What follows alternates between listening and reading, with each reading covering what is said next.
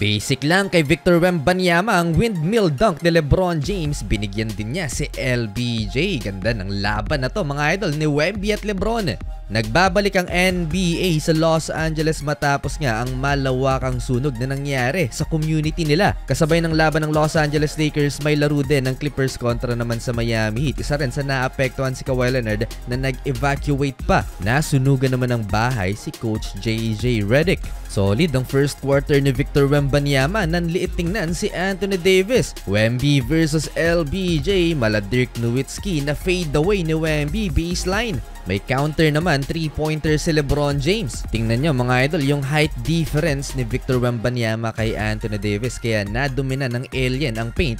Sa first quarter may 3-pointer din si Victor Wembanyama. Rookie Stephon Castle versus LeBron James and Anthony Davis. Binuli si Wemby mga idol. 11 points for AD sa first quarter. Nag-iisang mintis lang si Anthony Davis. 28-26 lamang ng dalawa ang San Antonio Spurs heading into second quarter. Same spot, Victor Wembanyama, 3-pointer sa harap naman ni Jackson Hayes. Spurs turnover, nakaganti si Jackson Hayes. Hindi inabot ni Wemby ang 200 dunk ng Lakers big man. Eto parang point guard lang si Victor Wembanyama. Fake spin kay Austin Reeves. Nag-half spin naman si LeBron James kalaban si Wemby at naisahan ni LBJ. 2-point layup for LeBron, 10 points na. Nag-step up ang mga role players sa second frame. Max Christie with the alley-oop dunk in transition. Austin Reeves naman fade away jumper, umabot ng 10 points ang lamang ng Los Angeles Lakers dito sa second frame. Solid first half performance by Austin Reeves, 12 points. 5 points lang sa quarter na ito si Victor Wembanyama. LeBron James assist to Max Christie again, another dunk. May kasama pang foul. A great team effort for the Lakers, 62-53 halftime. Third quarter, ito yung challenge kay Anthony Davis dahil mataas masyado ang lob pass ng San Antonio dito kay Victor Wembanyama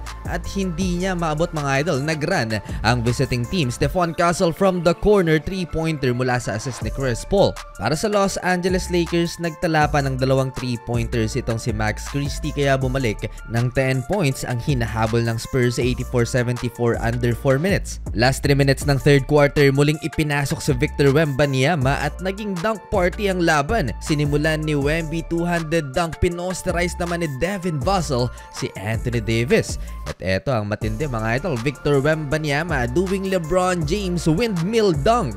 Parang cheat code itong si Victor Wembanyama, 7'4" na kayang gawin ang lahat. Di tuloy mapigilan ng Lakers fans na mapawaw sa alien. Tinapos ni Keldon Johnson ang third quarter sa isang 3-point bucket at the buzzer, tabla sa 89. Spin cycle by LeBron James to start the fourth quarter layup. Up and under naman ang sagot dyan ni Harrison Barnes at sa 3-pointer ni Chris Paul, lamang na ng 6 points ang San Antonio Spurs, 99-93. Kung pagulangan ang labanan, mukhang mas magulang yata itong si Chris Paul mga idol.